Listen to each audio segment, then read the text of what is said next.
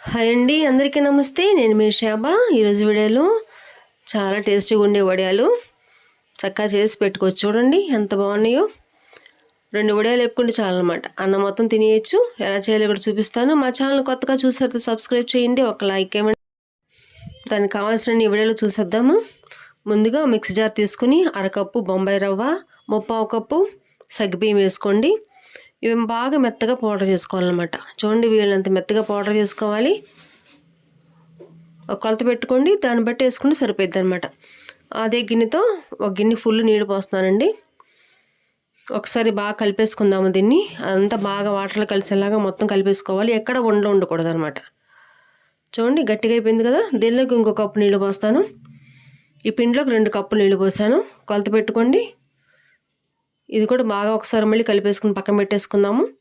ఈలోపు నాంతా ఉంటుంది అనమాట. ఇది ఇలా కలిపేసుకోవాలి. స్టవ్ మీదకి ఒక మందపాటి గిన్నె పెట్టుకుని అదే గిన్నెతో 7 గిన్నెలు నీళ్ళు పోసుకోవాలన్నమాట. ఒకే కొలత.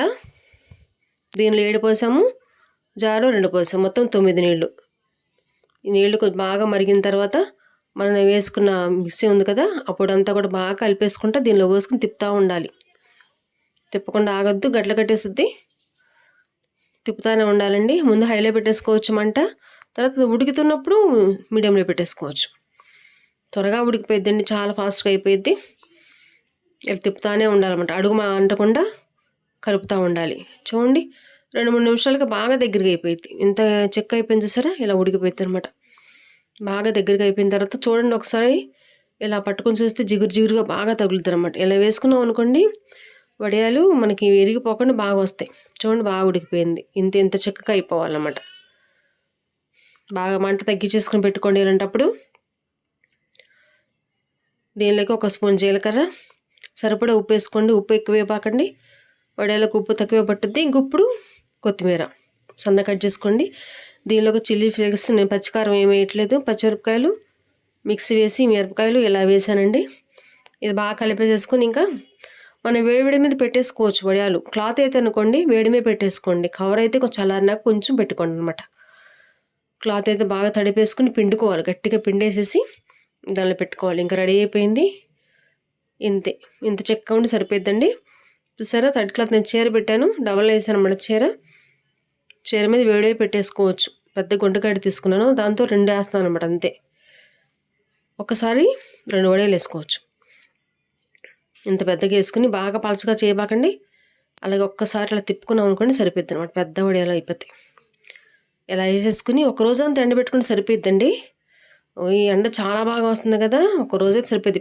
పొద్దున్నే పెట్టుకోండి, 7 వడియాలు పెట్టేసుకోవాలి. అప్పుడైతే కనుక రోజులు ఎండిపోతాయి. చూడండి ఎన్ని అయినాయో. ఒక గిన్నెకి మంచం నిండా అయినమాట పెద్ద వడియాలు. ఈ చక్క ఒక రోజు అంతా ఎండబెట్టేసుకున్నాక చూడండి ఎలా ఎండిపోయినాయి. సాయంత్రానికి చీర తిరిగేసి ఆ వడియాల మీద నీళ్ళు చల్లుకోవాలన్నమాట.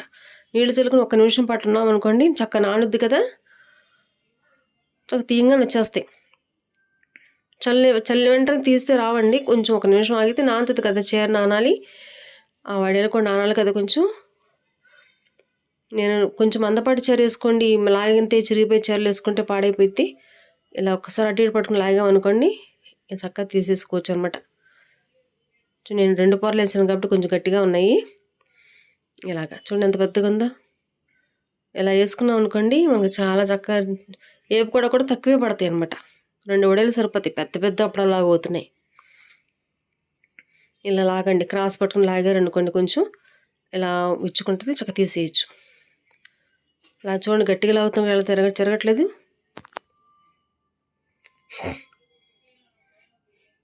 చక్కగా అవన్నీ తీసేసి ఎండలో పెట్టేసుకోవటమే. ఒక షీట్ వేసుకుని ఎండలో పెట్టేసుకున్నారు అనుకోండి, ఇంకొక గంటలోనే మొత్తం ఎండిపోతాయి.